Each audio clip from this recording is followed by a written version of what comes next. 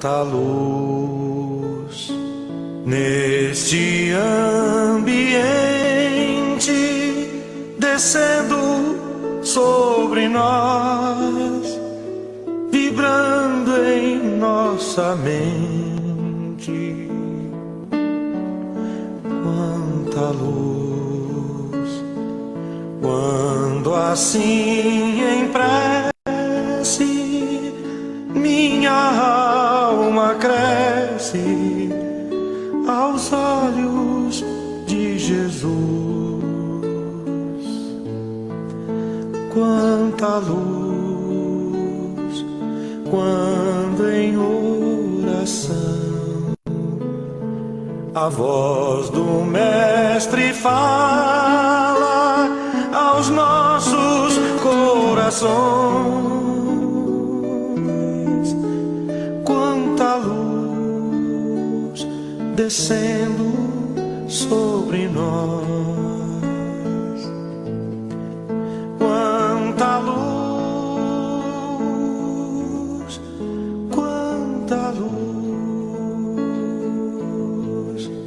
quanta luz neste ambiente descendo sobre nós, vibrando em nossa mente.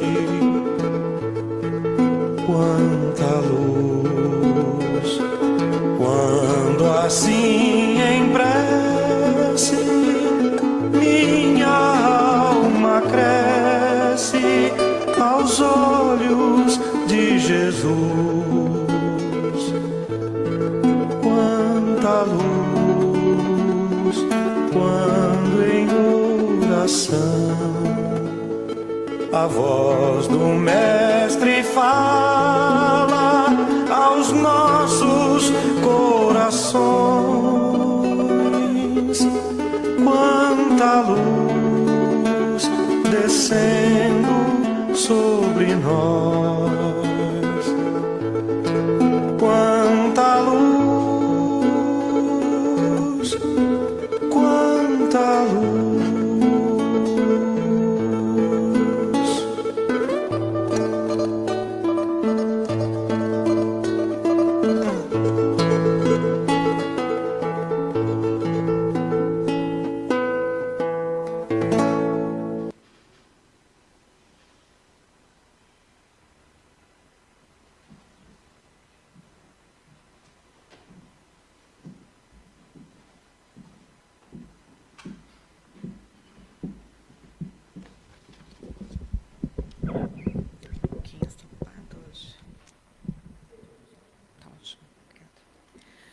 Boa noite a todos.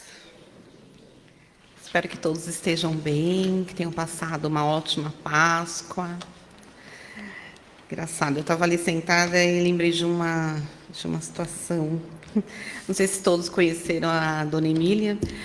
Alguns anos atrás eu vim aqui e sentava ali próximo, quando eu chegava muito cedo, ela também. E aí ela falava assim: nossa, você não tem ideia do quanto esse salão está lindo. Como a mediunidade está aqui presente. Eu não tenho essa evidência, tá, gente? Mas é só para falar que eu acredito, porque o salão realmente está lindo hoje, viu? Mas vamos lá. Primeiro vamos falar do Livro dos Espíritos, que é o livro do mês, né, do mês de abril. Inclusive vai ser o livro, né, falado aqui pelo nosso amigo Francisco. E ele está na livraria com 20% de desconto, tá, gente? É um livro muito, muito importante para a nossa doutrina, né? Então, todos temos que lê-lo. Todas sempre, viu? Porque cada vez que a gente lê, dá uma coisinha aqui. Então, temos que ler sempre. Também tem os livros infantis, né? Lá, eu até achei bem interessante os temas aqui, é do Kleber Galhardi. São 4 livros. Então, um é Fervir por Dentro, o outro é Tremir por Dentro, o outro é Calma, vai dar tudo certo. E o último é Deu Ruim, só que não. Então, deve ser muito bom esses livros. A gente também está com o nosso curso, né, o grupo de estudo Boa Nova. Ele tem por objetivo estudar o nosso Evangelho, né? Já está acontecendo, mas ainda está na introdução, porque, né, aí são muitos itens, né? E outro também que é aberto a frequentadores, aberto aos trabalhadores, que também... Ah, tá, gente, desculpa. Ele está acontecendo na terça-feira, tá? O horário é das 20h15 às 21h15, aqui na sala Herculano Pires, no andar superior. Tá? É sempre muito bom, né? A gente está atualizado com o Evangelho, e ainda mais que é item a item, então, assim, olha, vocês vão saírem craques do Evangelho.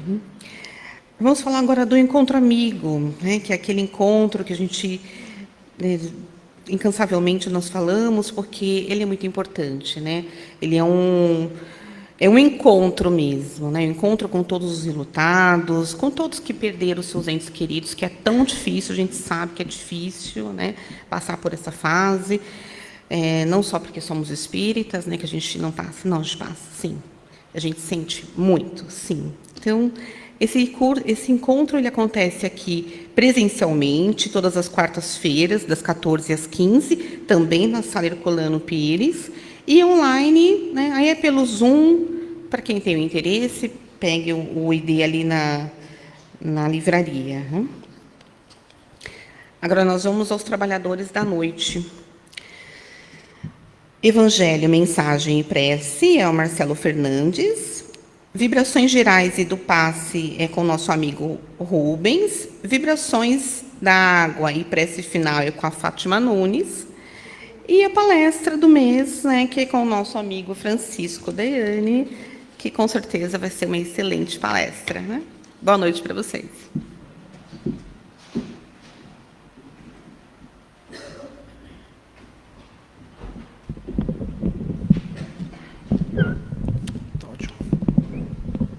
Boa noite. Hoje vamos começar com a mensagem do livro Religião dos Espíritos, mensagem de Emmanuel, psicografia de Chico Xavier. O prefácio. Podemos afirmar que o primeiro livro da codificação kardeciana, o Livro dos Espíritos, é manancial tão rico de valores morais para o caminho humano que bem pode ser considerado não apenas como revelação da esfera superior, mas igualmente como o primeiro marco da religião dos espíritos, em base de sabedoria e amor, a refletir o Evangelho sob a inspiração de nosso Senhor Jesus Cristo. Do Evangelho segundo o Espiritismo, capítulo 6, o Cristo Consolador, o Consolador Prometido, item 3. Se me amais, guardai os meus mandamentos, e eu rogarei ao Pai, e Ele vos dará outro Consolador, para que fique eternamente convosco, o Espírito da Verdade, a quem o mundo não pode receber, porque não o vê, nem o conhece. Mas vós o conhecereis, porque Ele ficará convosco e estará em vós. Mas o Consolador, que é o Espírito Santo, a quem o Pai enviará em meu nome, vos ensinará todas as coisas e vos fará lembrar de tudo o que vos tenho dito. E nesse período tão especial que é a Páscoa, vamos elevando nossos pensamentos, nossos corações, numa oração de gratidão e esperança. Gratidão pelas lições e exemplos deixados pelo Mestre Jesus Cristo. Gratidão pelo seu sacrifício na cruz. Gratidão pela sua luz que nos ilumina e guia. Gratidão pelo seu amor que nos envolve.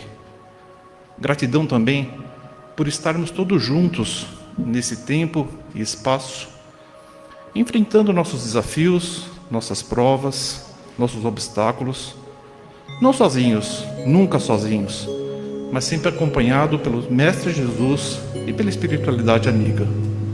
Pedimos, Pai, que nos abençoe para mais uma noite de estudos e ampare e inspire nosso irmão Francisco em sua palestra. Assim seja, graças a Deus. Muito boa noite a todos aqui presentes e aqueles que nos assistem pelas mídias digitais. É uma satisfação muito grande nós estarmos aqui nessa noite nessa sessão, trabalho de Evangelho, Vibração e Passes, das noites de segundas-feiras. Hoje, antes de nós começarmos, eu vou fazer uma pergunta, vou colocar uma pergunta na tela. O que é Deus?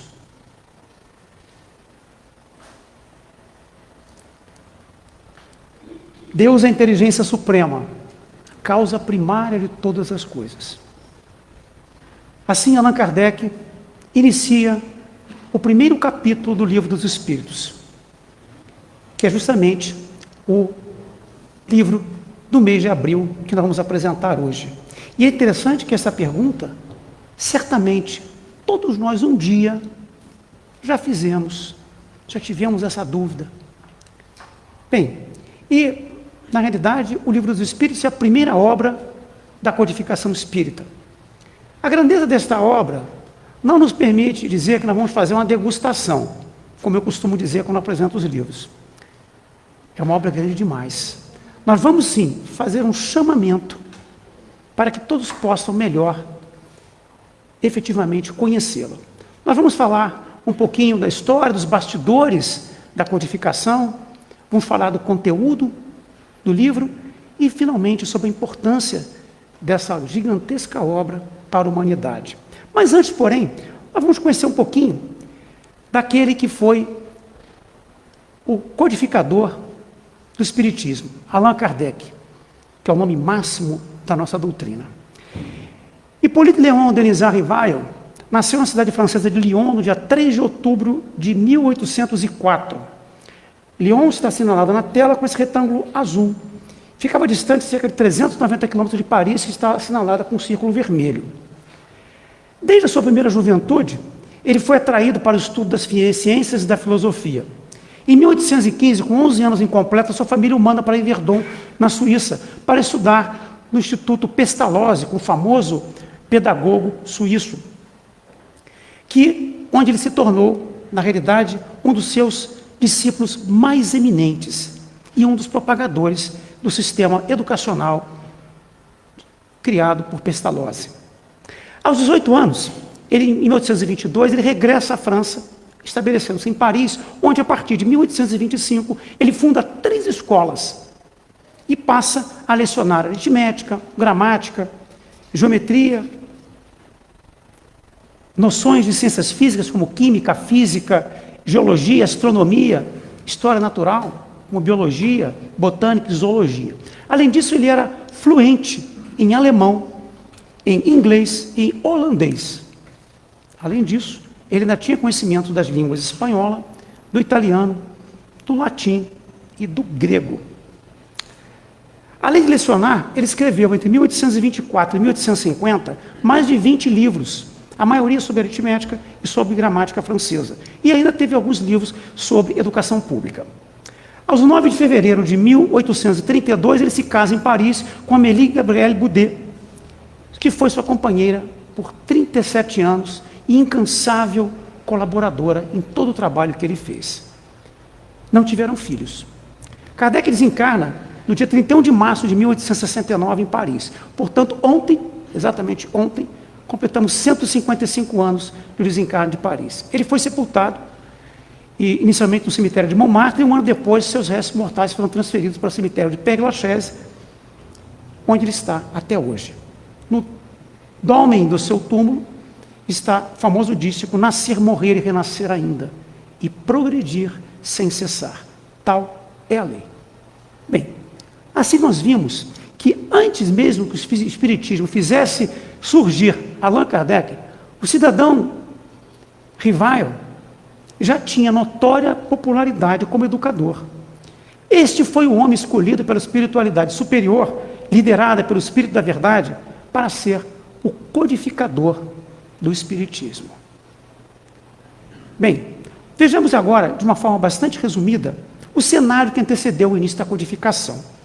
Por volta de 1850, após os fenômenos de Hydelsville nos Estados Unidos, com as irmãs Fox em 1848, e ainda com a moda na Europa e nos salões de Paris, de pessoas se reunirem ao redor de mesas que giravam e os pés davam batidas, respondendo perguntas através de pancadas, muito se discutia sobre a manifestação dos espíritos. E na tela está uma gravura tirada de um jornal da época, mostrando justamente essas mesas girantes, que era uma coqueluche na ocasião.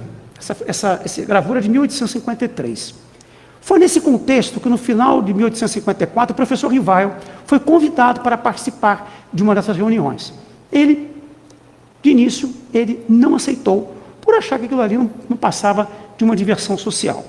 Entretanto, em maio de 1855, ele é convidado a assistir a uma reunião na casa da senhora Plenimaison, onde ele presenciou pela primeira vez o fenômeno das mesas girantes, tendo percebido que aqueles fenômenos eram reais e, sobretudo, eram devidos a uma causa inteligente.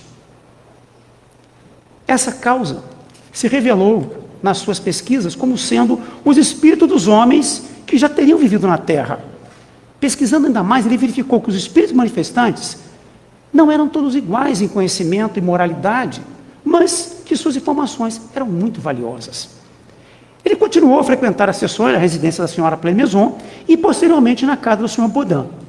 A partir daí, ele passa a observar atentamente esses fenômenos, fixando-se principalmente em lhes deduzir as consequências filosóficas. Prosseguindo nesses estudos, ele observa os fenômenos mediúnicos em todos os seus aspectos. Entrevê, primeiro, o princípio de novas leis naturais, aquelas que regem as forças do mundo visível e do mundo invisível. Reconhece na ação deste último, ou seja, do mundo invisível, uma das forças da natureza, cujo conhecimento deveria lançar a luz sobre uma multidão de problemas que eram considerados até então insolúveis. E ele compreende a importância sob o ponto de vista religioso. Por essa época, ele recebe de amigos 50 cadernos que reuniam mensagens recebidas por espíritos diversos ao longo de 5 anos. Os amigos levam esse caderno para o professor Rivail porque eles não tinham conseguido organizar aqueles cadernos. Ele, então, a princípio, ele não aceita, mas, estimulado por amigos e, sobretudo, pela espiritualidade que se comprometeu a ajudá-lo, ele termina por aceitar a incumbência. Iniciava-se, assim, a codificação da doutrina espírita, 1855.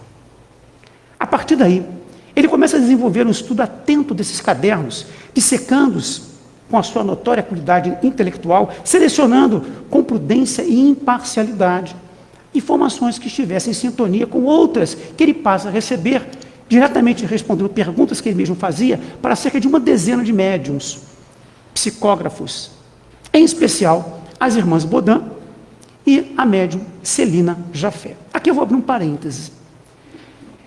As 3 moças, na realidade as irmãs Baudin e Celina Jafé, não eram meninas, como alguns tradutores da obra kardeciana, equivocadamente, supuseram, decorrentes de uma série de desencontros acerca dos dados biográficos da família Baudin e de outros importantes personagens ligados ao início da codificação. Certamente muitos aqui assistiram um filme sobre Kardec e viram, apareceram as irmãs Baudin, que eram 2 meninas, que, segundo alguns dos seus biógrafos, dos seus tradutores, elas teriam, naquela época, do início da codificação, em 1855, 14 e 16 anos. Na realidade, Caroline Baudin, que era a irmã mais velha, tinha 28 anos quando começou a codificação. E sua irmã, que não se chamava Julie, como é apresentado em algumas obras, e sim Pelagie, tinha 28 anos. A Celina Jafé já tinha 33. Aí vocês vão imaginar, mas por que aconteceu isso? Na realidade, considerá-las meninas foram interpretações que foram feitas, principalmente com base numa obra do professor Silvino Canuto Abreu, que se chama O Livro dos Espíritos, Sua Tradição Histórica e Lendária, que ele publicou sob forma de folhetim entre 1953 e 1954, e que, na realidade, é uma obra romanceada, em que ele tenta reproduzir o que teria sido o dia 18 de abril de 1857, que foi quando a edição do Livro dos Espíritos foi publicada, como vamos mencionar. Logicamente, como toda obra, é uma obra de ficção. Ele tem um pano de fundo histórico, é aquilo que nós ouvimos falar aqui, quando uma obra, um filme ou um livro, feita com base em fatos reais, ou baseado em fatos reais. Esse baseado em fatos reais é o que a gente chama de licença literária, em que o autor, o diretor do filme, ou o autor do livro, ou o roteirista, ele é obrigado a encontrar diálogos, situações que ele não presenciou. Isso acontece sempre, em toda série que tem fundo histórico. E assim foi. Na realidade, na época não eram disponíveis os documentos que existem hoje.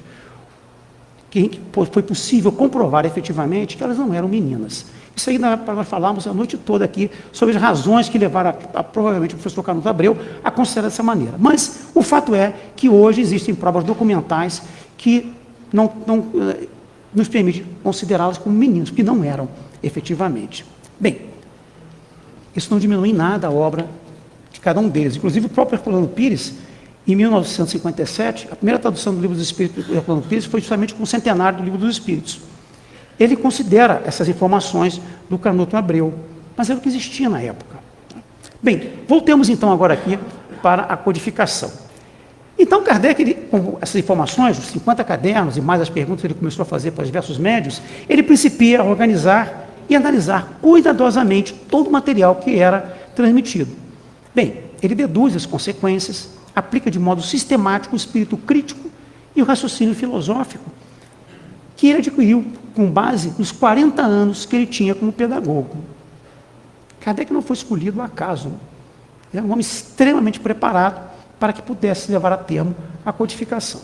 Assim, ele forma a sua convicção sobre a imortalidade da alma, a natureza dos espíritos e suas relações com os homens, as leis morais, a vida presente, a vida futura e o porvir da humanidade. E tudo isso segundo os ensinos que eram trazidos pelos espíritos superiores, ensinos esses que vieram a constituir a doutrina dos espíritos, que ele denomina de espiritismo. Assim, ele constrói o que viria a ser o clarim do Consolador prometido por Jesus, que era o Livro dos Espíritos, cuja primeira edição, como dissemos, veio à luz no dia 18 de abril de 1857. Estamos prestes a completar 167 anos. Neste dia, não é apenas o Livro dos Espíritos que é publicado, vem à luz a terceira revelação do alto, que foi sido iniciada por Moisés, continuou pelo amorável Mestre Jesus, que anunciou aos discípulos durante a última ceia.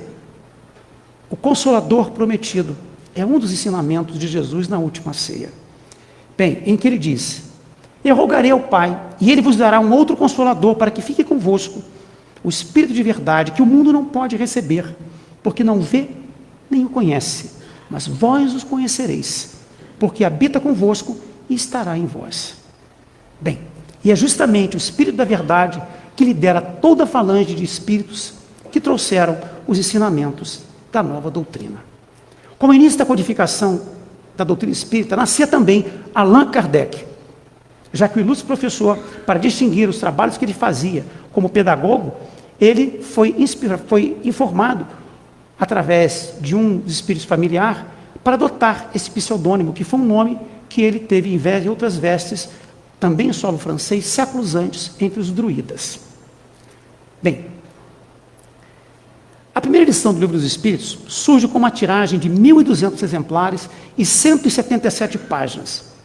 A sua estrutura geral apresentava uma introdução que continha uma síntese da doutrina e continha principalmente os princípios morais, os aspectos mais relevantes acerca dos fenômenos que marcaram o surgimento, uma apreciação crítica das opiniões e dos contraditores. É nessa introdução que aparecem os termos espírita, espiritista, espiritismo, que Kardec criou para indicar a crença na existência dos espíritos, ou em suas comunicações com o mundo corporal. Em seguida são apresentados os famosos célebres prolegômenos, que nós apresentamos aqui quando botamos a primeira pergunta, encimados pela cepa, que foi desenhada pelos próprios espíritos, e que dão a conhecer a maneira como foi revelada a doutrina espírita, a doutrina e a finalidade do livro, os espíritos, a autoria, né, e a finalidade do livro, a autoria foi dos espíritos, os espíritos que concorreram para a execução da obra, e trecho das mensagens transmitidas a Kardec sobre sua missão de escrever o livro. Seguem-se 501 questões, respostas respectivas dadas pelos espíritos e comentários de Kardec. Elas foram divididas inicialmente em 3 partes e continham 24 capítulos. E Kardec encerra com um epílogo. É interessante mencionar que nenhum médium é citado no Livro dos Espíritos. E mesmo os espíritos que fizeram a codificação, que mandaram as respostas, somente aqueles de elevada hierarquia são mencionados, como, por exemplo, São Luís e Santo Agostinho. É oportuno falarmos um pouquinho agora sobre os prolegômenos. Prolegômeno significa, efetivamente, introdução expositiva de uma obra científica, literária ou artística, em que se assentam os princípios fundamentais necessários à sua boa compreensão.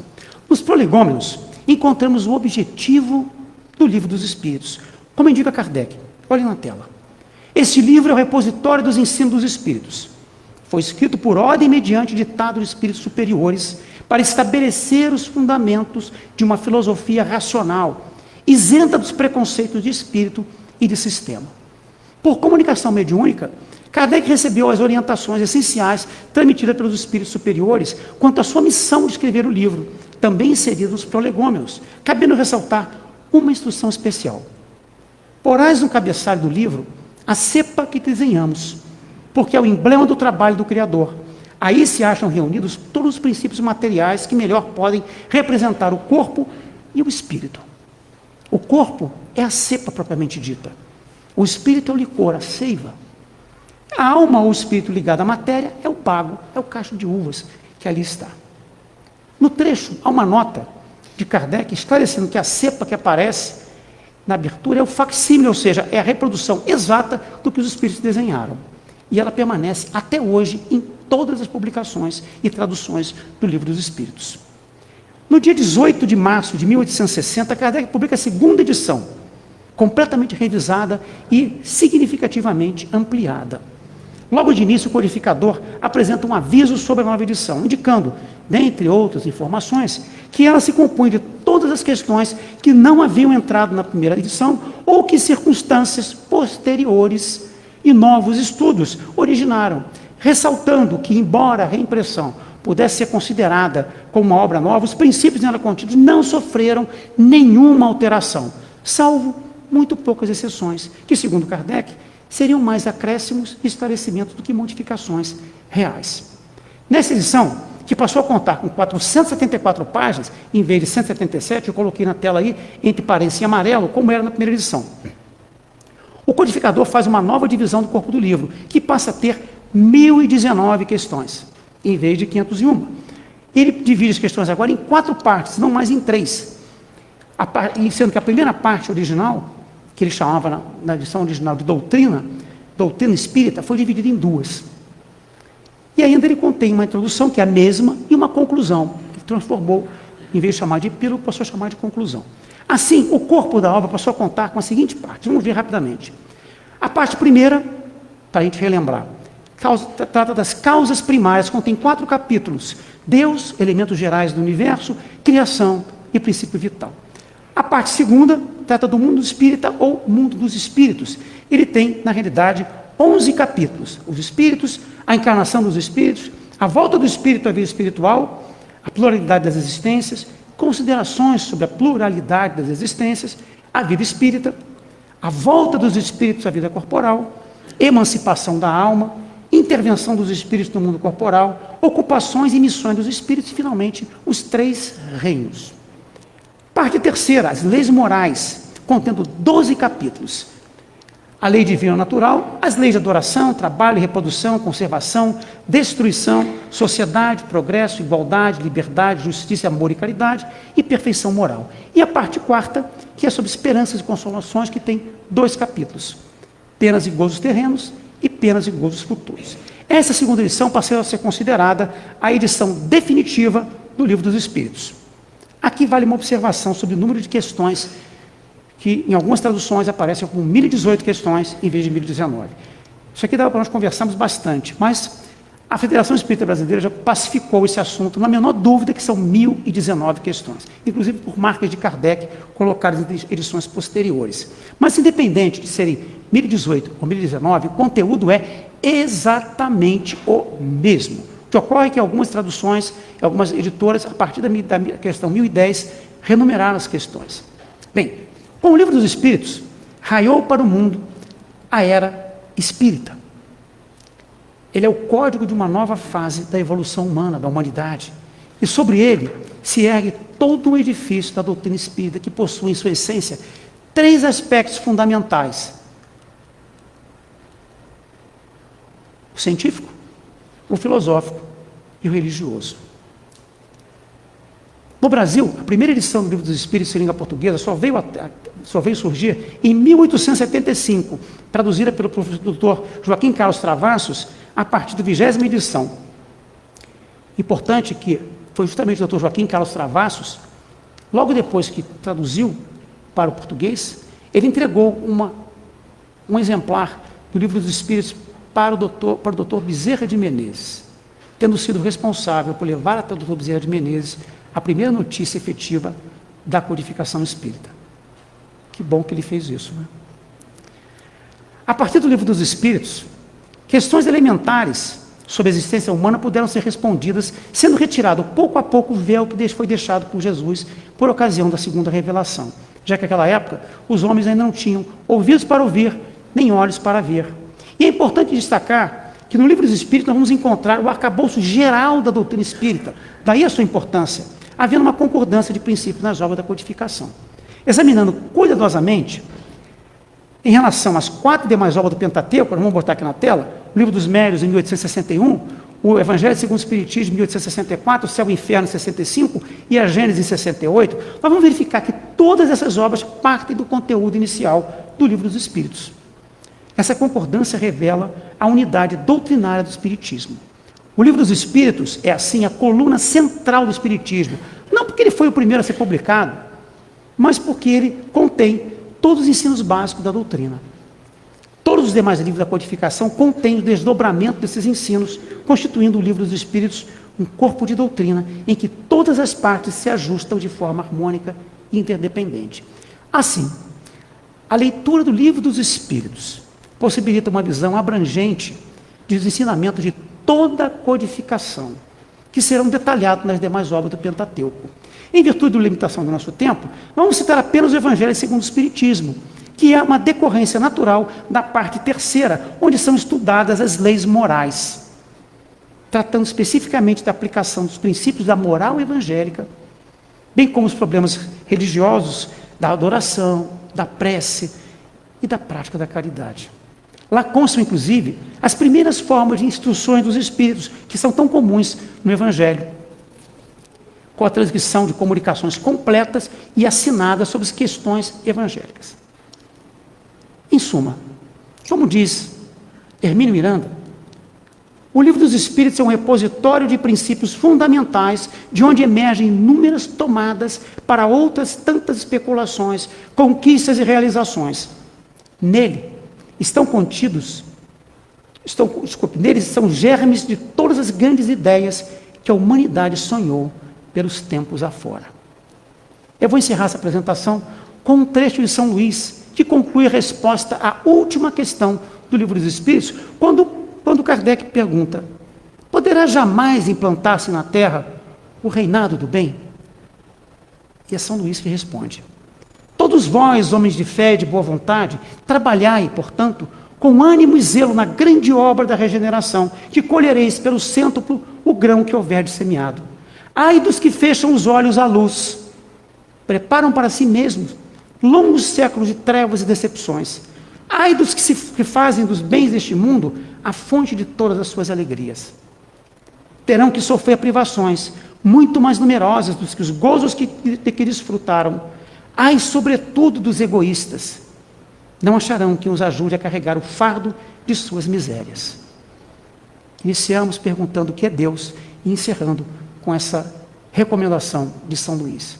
Eu espero que essa apresentação tenha servido para despertar em todos o interesse por essa obra maravilhosa que é o Livro dos Espíritos. Muita paz e luz a todos, com a graça de Deus.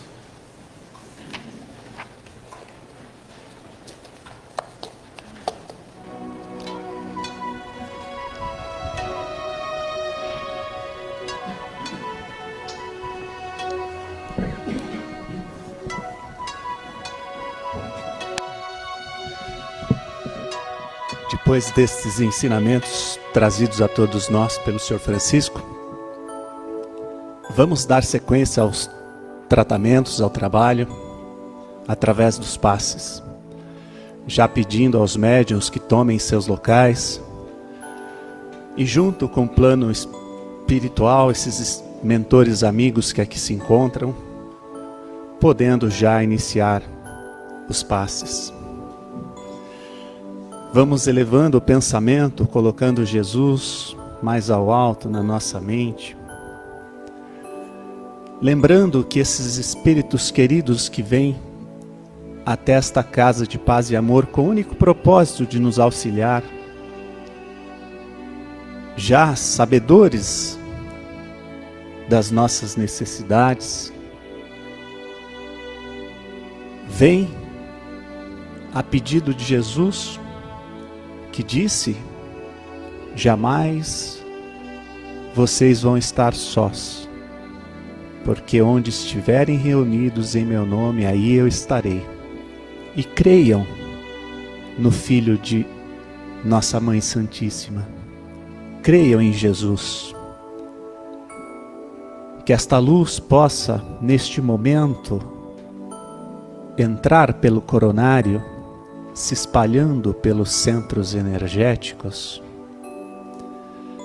reequilibrando esses centros vitais,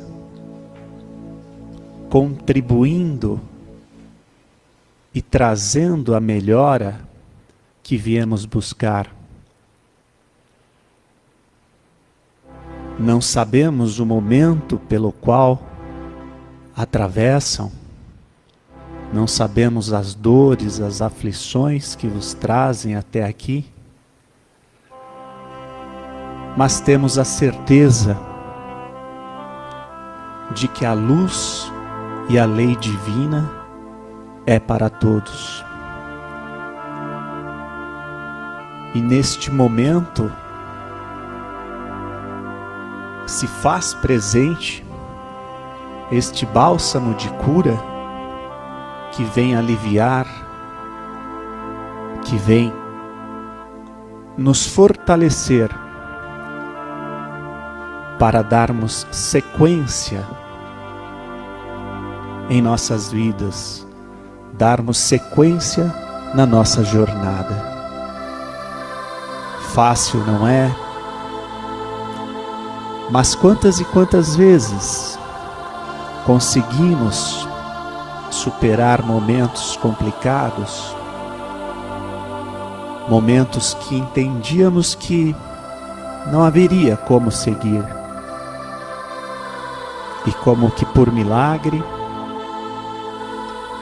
o dia raia e tudo começa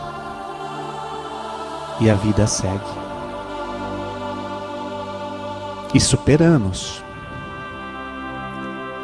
Novamente, creiam, ainda que seja difícil. Levanta e siga, fazendo o seu melhor. Lembrando que este tratamento, que este auxílio que vem do alto,